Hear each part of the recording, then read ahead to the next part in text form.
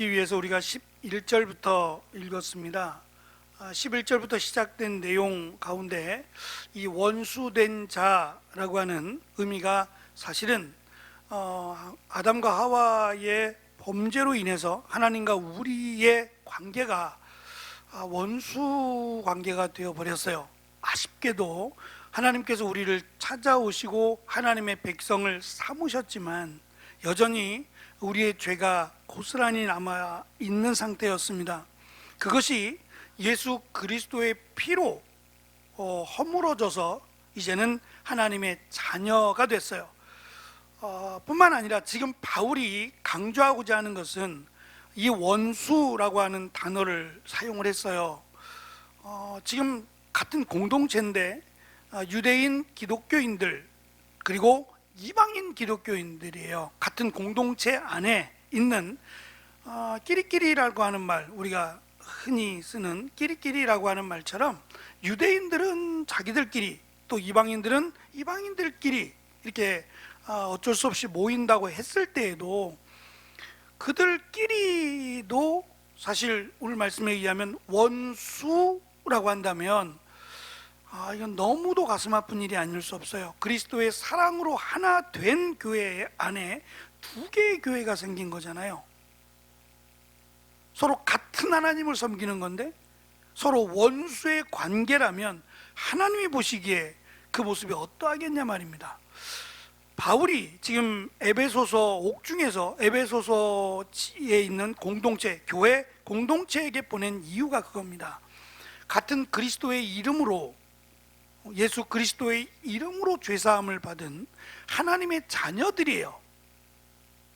족속이 다르고 신분이 다르고 여러 가지 다를 수 있어요. 그것은 이 세상의 기준에 의하면 그래요. 이 세상에서 볼 때는 그렇다는 거예요. 하나님이 보실 때의 기준은 그가 예수 그리스도를 믿느냐 믿지 않느냐만 있다는 거예요. 같이 예수 그리스도를 믿음으로 하나의 공동체, 교회 공동체가 됐는데 어째서 너희들은 서로 다른 사람처럼, 서로 원수인 것처럼 살아가느냐. 예수님이 이 원수 관계였던 하나님과 우리의 관계를 허무셨다면 너희들과의 관계도 이미 허물어 버리지 않았겠냐는 거죠.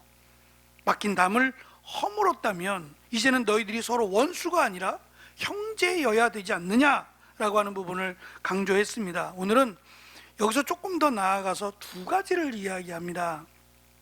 하나는 하나님의 관점에서 지금 바울은 특별히 19절에 보시면 외인도 아니요 또 손님도 아니요 성도들과 동일한 시민이요 라고 말한단 말입니다. 시민이라고 하는 말은 우리도 대한민국 시민이죠. 혹시 여기 아니신 분 있나요? 다 시민이잖아요.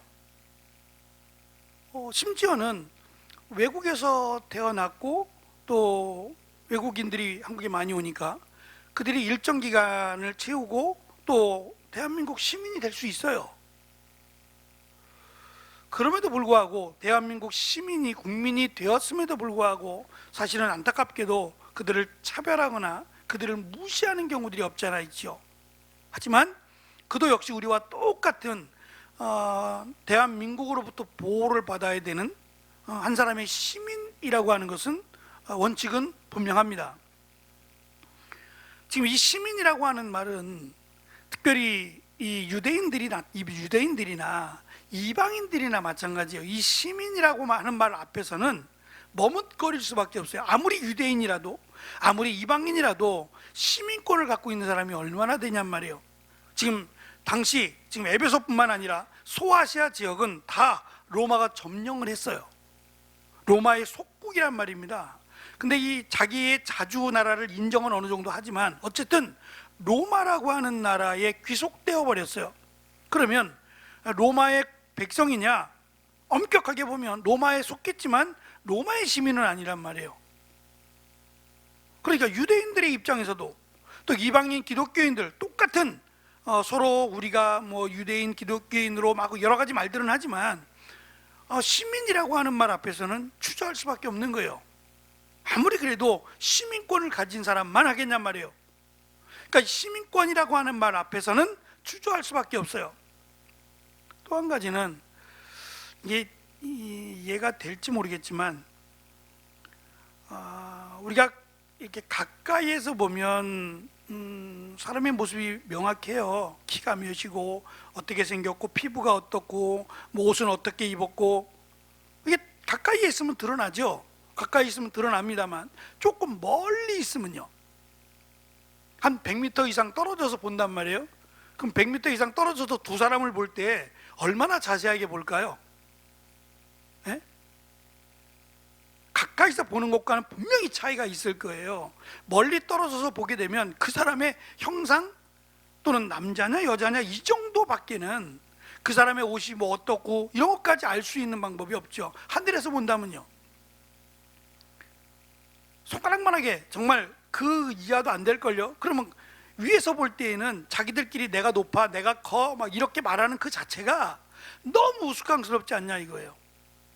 하나님의 관점에서 지금 시민이라고 하는 이 말을 사도 바울은 여기서만 하고 있는 게 아니라 빌립보서 3장 20절에서도 또 갈라디아서에서도 우리는 이 땅에 속한 자들이 아니라 하늘에 속한, 하늘의 시민된 자로 말하고 있어요. 그러면 유대인들은 자기들이 기득권을 가지고 율법을 잊고 할례를 행했고 또는 뭐 혈통으로는 아브라함의 자손이고 등등등을 내세워서 하나님의 나라에 들어갈 자격이 있다고는 말을 하지만 딱 부러지게 난 하나님의 나라에 들어가 라고 말하기는 어려울 거예요. 그러니까 예수님을 향해서 율법사라고 하는, 율법을 연구하는 사람도 어떻게 해야 영생을 얻겠냐는 질문을 하지 않겠냔 말이에요.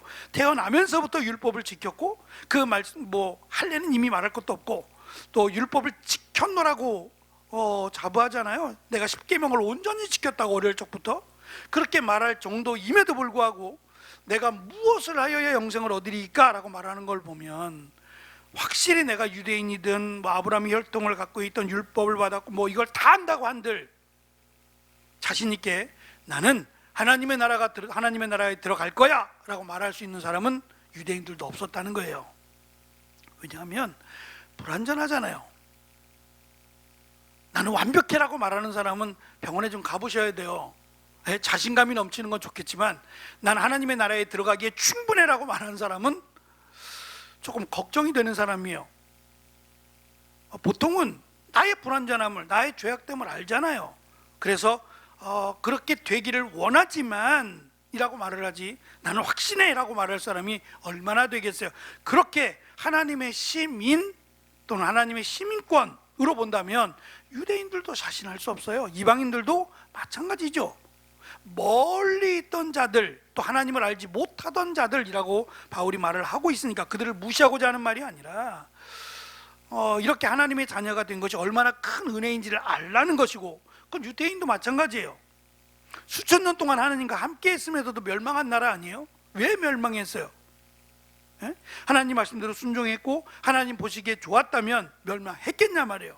결국 그들도 하나님을 거역했고 우상을 섬겼고 죄악된 일을 행했단 말입니다. 그것으로 말미암아 나라를 빼앗기고 포로로 잡혀갔던 사람들이 유대인들이고, 지금 에베소라고 하는 지역에 살고 있는 유대인들은 흩어져 있던, 그러니까 바벨론, 아수르, 페르시아로부터 계속 이스라엘 땅에서 포로로 끌려갔던 사람들의 후손이란 말이에요. 결국은 돌아오지 못하고 이주민이 되어버린 사람들, 그 사람들이 무슨 우리는 하나님의 자녀 또 하나님 나라의 시민이야 라고 누가 자신 있게 말할 수 있겠냐 말이에요. 그러니까 하나님의 나라의 시민 또는 하나님의 나라의 시민권이라고 하는 말로 이 앞에서는 누구도 자랑할 것이 없다. 그러면 결국 마찬가지냐 아니야 이거예요. 결국 하나님의 시민권이라고 하는 그 잣대 앞에서는 유대인 기독교인이나 이방인 기독교인이나 할 말이 없지 않느냐 이 말이에요. 그러니까 둘 다 그냥 감사함으로 섬기면 돼요. 우리가 누가복음 살펴보면서 그 예수님께서 의도적으로 나병 환자의 마을로 가셨어요. 표지판이 몇 개 있을 거라고 제가 말씀을 드렸죠. 예? 그렇지 않겠어요? 실수로라도 내가 뭐 딴 생각하다가 들어갈 수 있잖아요. 들어갔다고 해서 그냥 계속 내가 그 마을로 들어갈 수 있을까요? 아니에요. 거듭거듭해서 경고를 할 거예요. 표지판이 보였을 것이고 절대 더 이상 들어가면 안 된다라고 하는 경고를 계속 알려줬을 거란 말이에요. 예수님은 그것을 글씨를 못 읽어서 글로 가신 거예요? 아니죠. 아니에요. 그들도 불쌍히 여기셔서 가신 거예요. 근데 놀랍게도 그 10명이라고 하는 9명이 돌아오지 않았다라고 하는 이 이방인 밖에는 이라고 했을 때 9명이 유대인이고 1명이 사마리아인일 가능성이 제일 높죠. 그러면 그들이 어떻게 같이 살고 있었냐 말이에요. 같이 예수님을 만났던 10명 가운데는 유대인 나병 환자, 사마리아인 나병 환자 같이 있었단 말이에요. 제가 말씀드린 것처럼 죄인들, 죄수들은 이름이 없어요. 번호가 있을 뿐이죠. 마찬가지예요. 그들에게 이름이 무슨 의미가 있겠냐 말이에요. 예? 이름이야. 나쁜 이름을 가진 사람이 몇 명이나 되겠어요. 부모님이 사랑하는 아이의 이름을 만들 때, 장명할 때, 이름을 지어줄 때, 야, 이 못나나, 이렇게 적는 부모가 세상에 어디 있어요. 예? 눈에 넣어도 아프지 않을 이름을 갖지 않겠어요? 우리처럼 막 뻥튀기 하듯이 이렇게, 그런 이름은 아니더라도 말이에요. 저는 이름대로 하면 대통령이 돼야 돼요. 저는 큰일 날 이름이에요. 예? 높을 최자에다 하나의 권세 아닙니까? 이게 무시무시한 이름을 지어주셨어요. 그래. 예? 저는 정치범으로 들어갈 이름이에요. 지금 이 나라에 지금 이 시대에 태어난 걸 감사해야지, 안 그럴 때 제 이름 들으면 큰일 날 이름이거든요. 근데 저보다 더 위험하신 이름들이 많더라고요. 제가 말씀드렸잖아요. 성은 진시오, 이름은 선미라고. 아무리 그렇게 되기를 원한다고 해도 그래, 진선미를 다 갖고 있으면 어떡해요. 하나만 갖든지. 그게 바라는 마음이에요. 부모의 입장에서 뭐 당연히 진선미죠. 얼마나 예쁘겠어요. 그렇게 이름을 짓는다고 해도 실제로 이 나병 환자 스스로 하나님 앞에 저주받은 자라고 하는 딱지가 붙어 다니는 그 사람들이 대놓고 이름을 부르겠냐 말이에요. 아마 그렇지 않았을 거예요. 그러니까 이미 죄인이에요. 나병 환자라고 하는 그 자체가 죄인이거든요. 그러니까 죄인들은 신분의 차이가 없어요. 유대인이든 이방인이든 무슨 의미가 있겠어요. 그냥 죄인이라고 하는 거 앞에서는 하나였어요. 어쩌면 이 모습이 하나님 보시기에 좋았을 수도 있어요. 근데 그들이 병이 났어요. 가라 말씀하시자 가면서 다 병이 났어요. 저는 그런 생각이 들어서, 이들이 과거에 같이 이렇게 친구였잖아요. 과거에는 어쩔 수 없이 친구였는데 병이 났고 나서 다시 친구가 될까? 어떻게 생각하세요? 다시 친구가 될 수 있으리라고 생각하세요? 안 될 것 같죠? 제가 생각해도 안 될 것 같아요. 남남이에요. 그러니까 내가 너랑 친구했다는 사실이 부끄러워. 응? 너 떠올리지도 않을 거야 라는 식의 말을 안 했겠냐 말이에요. 하나님 앞에서 정말 예수 그리스도의 은혜로 구원받아서 하나님의 자녀가 되었지, 그것이 아니라면 뭐 아브라함이 혈통을 가졌던 뭘 했든 구원받을 사람이 세상에 어디 있겠어요. 예? 하나님이 보실 때는 다 죄인이에요. 다 차이만 있을 뿐이지, 하나님을 모른 차이, 하나님을 알면서도 제대로 믿지 못한 차이만 있을 뿐이지, 다 지옥에 갈 사람들 아니에요? 예? 도토리 기적이죠. 그러니까 하나님의 시민이라고 하는 그 앞에서는 누구라도 자랑할 게 없다. 다 은혜로, 물론 누가 더 은혜를 받았느냐는 있을 수 있어요. 그거는 내가 더 큰 은혜를 받았다면 감사하는 것이고, 어쨌든 은혜로 하나님의 자녀가 되었고 하나님의 시민, 하나님 나라의 시민이 되었어요. 그토록 갖기를 원했던 시민권 아니에요? 그런데 이 땅의 시민, 로마의 시민권보다 비교조차 할 수 없는 하나님 나라의 시민권을 받았다고 이야기한단 말입니다.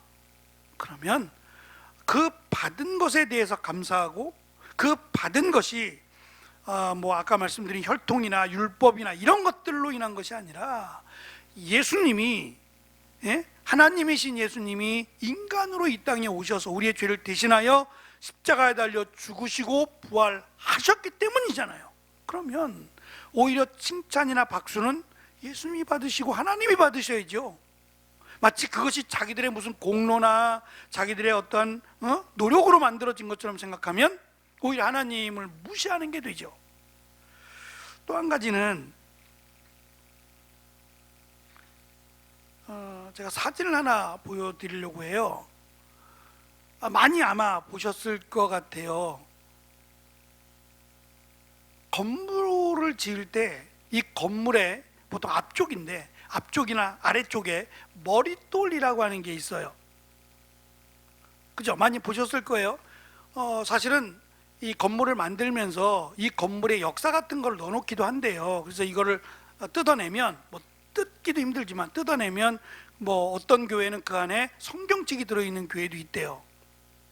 그러니까 정말 기념할 만한 것들을 이 안에 넣어서 뭐 또 그렇게 생각하면 또 이상한데 보관하기도 한대요. 꺼낼 수는 없는 거예요. 저기 함부로 넣었다 뺐다 할 수는 없는 건데 그렇게 영원히 이제 이 교회를 마치 지켜주는 것처럼 뭐 그렇게도 했다 그래요. 그래서 몇 년도에 시공을 하고 몇 년도에 완공이 되었고 뭐 심지어는 누구누구의 이름까지도 뭐 누구누구의 헌신으로 뭐 교회가 세워졌다면 뭐 그렇게도 적기도 한답니다.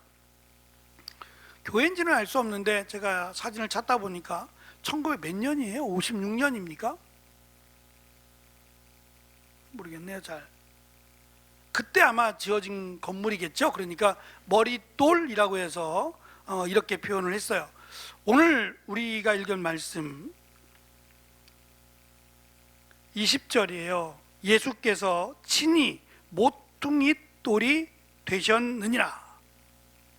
요 말씀으로 아까 말씀드린 것처럼 너희들은 그 하나님 나라의 시민권, 이 시민권이라고 하는 충격적인 단어 앞에서 자랑할 게 아무것도 없다.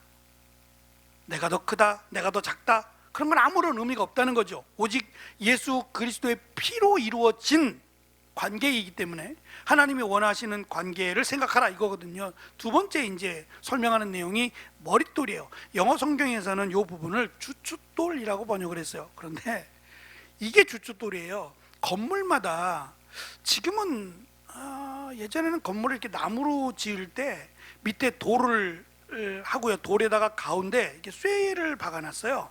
저걸 보면 이게 쇠가 돌 가운데 쇠가 이렇게 쇠 기둥 같은 게 하나 나와 있고 쇠 기둥을 나무 중간에다가 꽂아 놓는 거예요. 그래야 흔들리지 않도록. 왜냐하면 나무만 갖고 하기에는 아무래도 힘을 못 받는다고 생각했던 것 같아요. 그 옛날식의 방법이에요. 요즘은 저렇게 안 만들어요. 그 옛날의 방법의 돌인데 이 돌 위에다가 건물의 기둥을 이렇게 세우는 거였어요. 이걸 주춧돌이라고 불러요. 지금 성경에 말씀하는 우리 번역이 우리식으로 우리의 눈에 보이는 걸 번역했어요. 머릿돌 또는 주춧돌이라고 생각하면 이 그림을 생각하는 거예요. 자꾸 그래 저거지 저게 머릿돌이야 라고 머릿돌을 저걸 생각하고 주춧돌 그러면 이거지 라고 생각한다는 거예요. 바울이 지금 말하고자 하는 머릿돌이나 주춧돌은 그게 아니에요. 사진을 봐주세요. 지금 그때 당시에 1세기의 그 건축 공법이에요. 이걸 조금 더 확대해 볼게요. 여기에는 그 쇠라든지 나무라든지 이런 게 들어있지 않아요. 다 돌이에요. 전부 돌이에요. 근데 여기에 세멘트도 들어있지 않아요. 지금은 이렇게 집 짓지 않습니다. 지금은 이렇게 짓지 않지만 그때는 생각해 보세요. 이 아치형을 만든다는 게 얼마나 고급스러운 공법일까요? 대부분은 그냥 돌을 쭉쭉쭉 쌓아서 만들면 사각형밖에 아니라 물론 깨서 만들면 되지만 그렇게 만드는 것보다 이렇게 만드는 것이 훨씬 고급화된 건축 양식이에요. 이 중에서 조금 더 이제 그림을 단순화시켜 보면 이 가운데에 있는 돌이 머릿돌이에요. 가운데 있는 돌. 그러니까 무슨 말을 하고 싶은 거냐면 이 건물 하나의 문이지만 이 건물을 완공하려면 가운데부터 넣을까요? 밑에부터 채워져 갈까요? 그냥 고민해 보세요. 밑에서부터 쌓아서 올라가서 가운데를 낄까요? 가운데부터 이렇게 붙잡고 옆으로 넣을까요?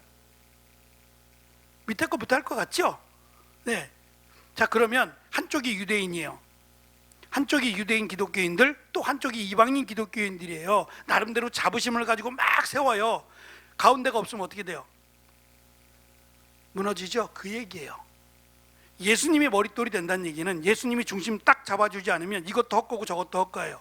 왜 자꾸 건물을 지금 가지고 설명을 하냐면, 건물을 지으려면 머릿돌 하나 갖고 안 돼요. 그러나 머릿돌이 없으면 다 무너져요. 그러니까 예수님을 중심으로, 예수님을 기준으로 세워져야 되는데, 이것이 유대인 기독교인이든지 이방인 기독교인이든지 같이 합력해서 세워져야 아름답고 튼튼한 건물이 된다는 거예요. 이것을 지금 성전으로 설명을 했어요. 이때 당시에 성전은 이렇게 만들어지진 않아요. 구약에 있었던 성전도 이렇게 만들어지지 않죠. 이거는 1세기의 공법이니까. 구약 시대의 공법은 이렇게 만들어지지 않아요. 그러니까 구약의 시대로 생각해도 안 되고, 또 지금의 시대로 생각해도 머릿돌을 이해할 수 없는 거예요. 그러니까 예수님이 왜 이 말씀하셨느냐? 너희들의 모습도 아름답고 좋아, 그리고 수고했고, 그런데 이 가운데 머릿돌이 빠져버리면 이건 아무 쓸모없는 건물이 되고 다 무너질 거 아니냐. 그리고 머릿돌 혼자만 있을 수는 없다. 너희들이 한쪽을 맡고 이쪽 한쪽을 맡아 서로 연결되어, 오늘 말씀에도 보면 서로 연결하여 주 안에서 거룩한 성전이 되어 가고, 이렇게 설명한단 말이에요. 그러니까 제일 중요한 건 머릿돌이지, 이쪽이, 내가 왼쪽이 중요해, 오른쪽이 중요해. 그러면 오른쪽이 없으면 어떻게 해요? 이 공법으로 생각하면 오른쪽이 없으면 세워져요? 왼쪽이 없으면 세워지냐고요. 다 소중한 거예요. 머릿돌의 입장에서는 다 소중한 겁니다. 제일 중요한 것은 맨 마지막에 이것을 완공하고 움직이지 못하도록 딱 고정시켜주는 머릿돌이야말로 제일 중요해요. 그렇지만 예수님의 입장에서, 머릿돌이 되신 예수님의 입장에서는 너희들은 이쪽, 왼쪽, 유대인 기독교인들은 이쪽, 이방인 기독교인들은 이쪽, 서로 자기들의 것을 감당하는 거예요. 이렇게 해서 성전이 되어 가는 거예요.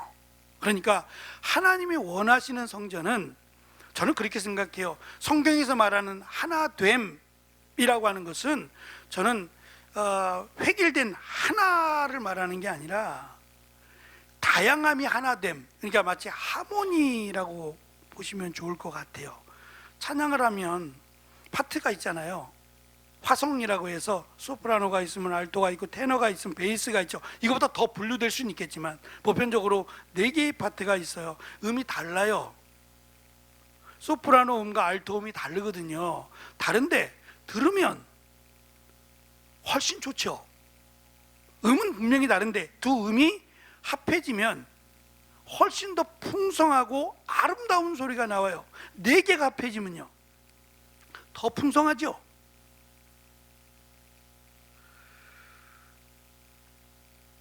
저도 꽤 오랜 동안 찬양대를 했어요. 처음에 할 때는 찬양대원이 없어서 했어요.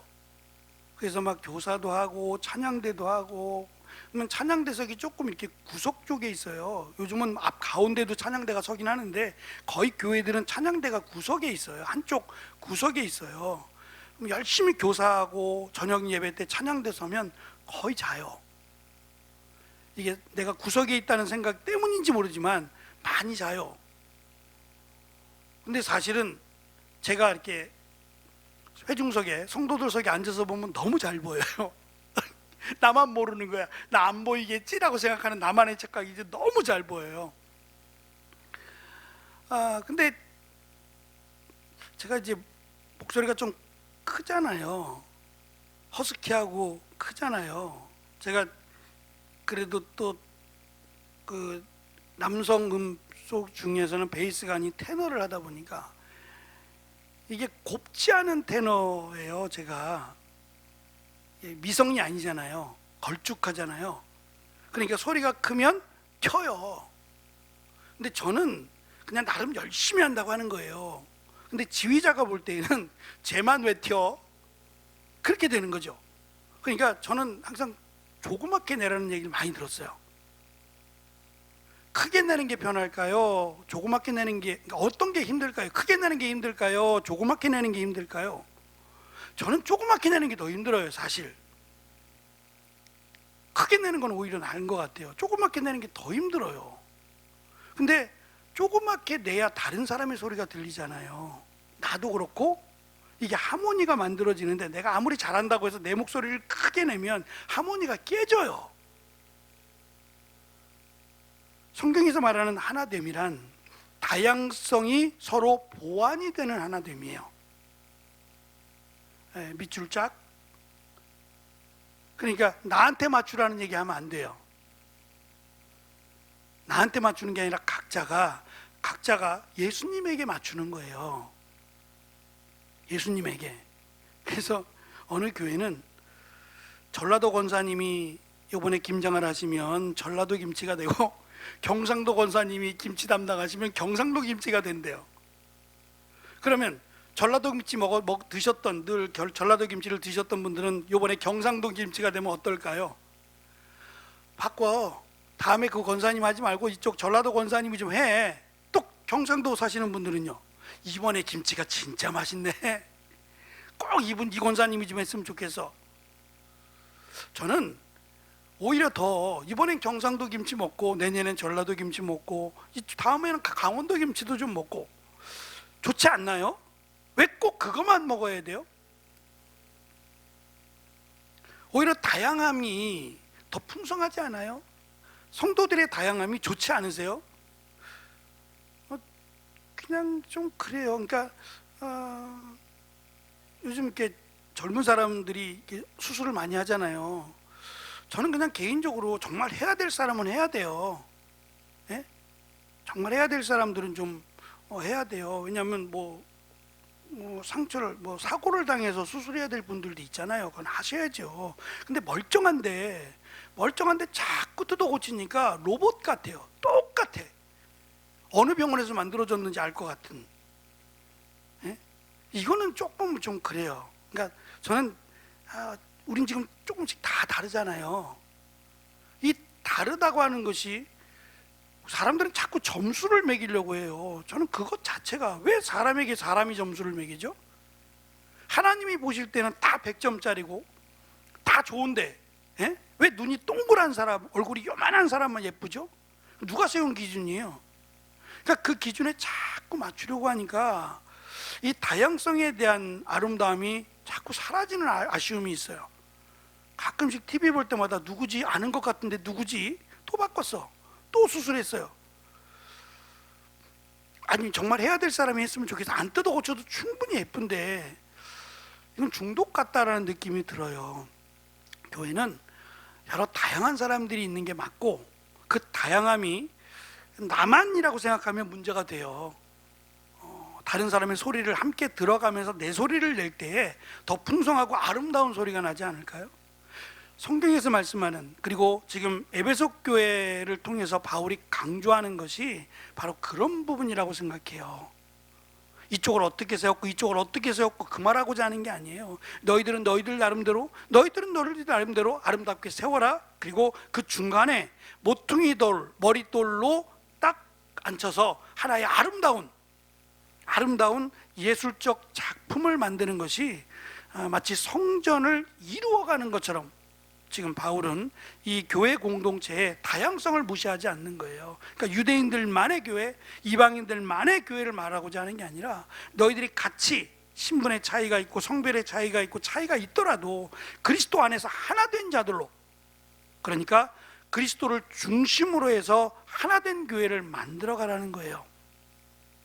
이때 교회는 거의 가정교회였거든요.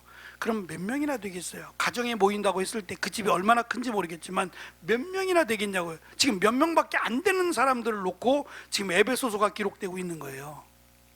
예? 그 몇 명이 하나 되기가 이렇게 힘들면 100명, 200명, 300명은요 더 힘들 거예요. 그러니까 크다 그래서 하나 되는 게 더 잘 되고, 작다 그래서 하나 되는 게 더 잘 되고, 그런 건 아닌 것 같아요. 사람은 어디나 같아요. 중요한 것은 내가 하나 되고자 하는 마음이 있느냐는 거죠. 내 생각이 아니라 그리스도를 중심으로 해서 나를 맞출 때에 다 동일하게, 누구든지 그리스도에게 나를 맞출 때에 저는 다양한 하모니와 하나됨이 저는 만들어진다고 생각해요. 바울은 오늘 말씀 속에서 두 가지를 지금 강조하면서 여기다 맞추라고 이야기합니다. 하나는 하나님 나라의 시민권, 이 시민권을 중심으로 할 말은 아무도 없다.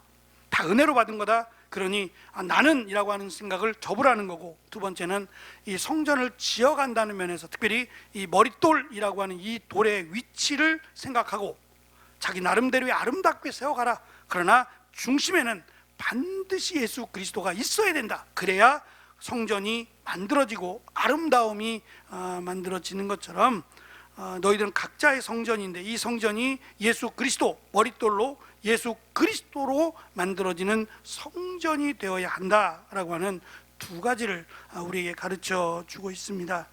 이 기준은 1세기뿐만 아니라 2000년이 지난 지금도 저는 동일하다고 생각해요.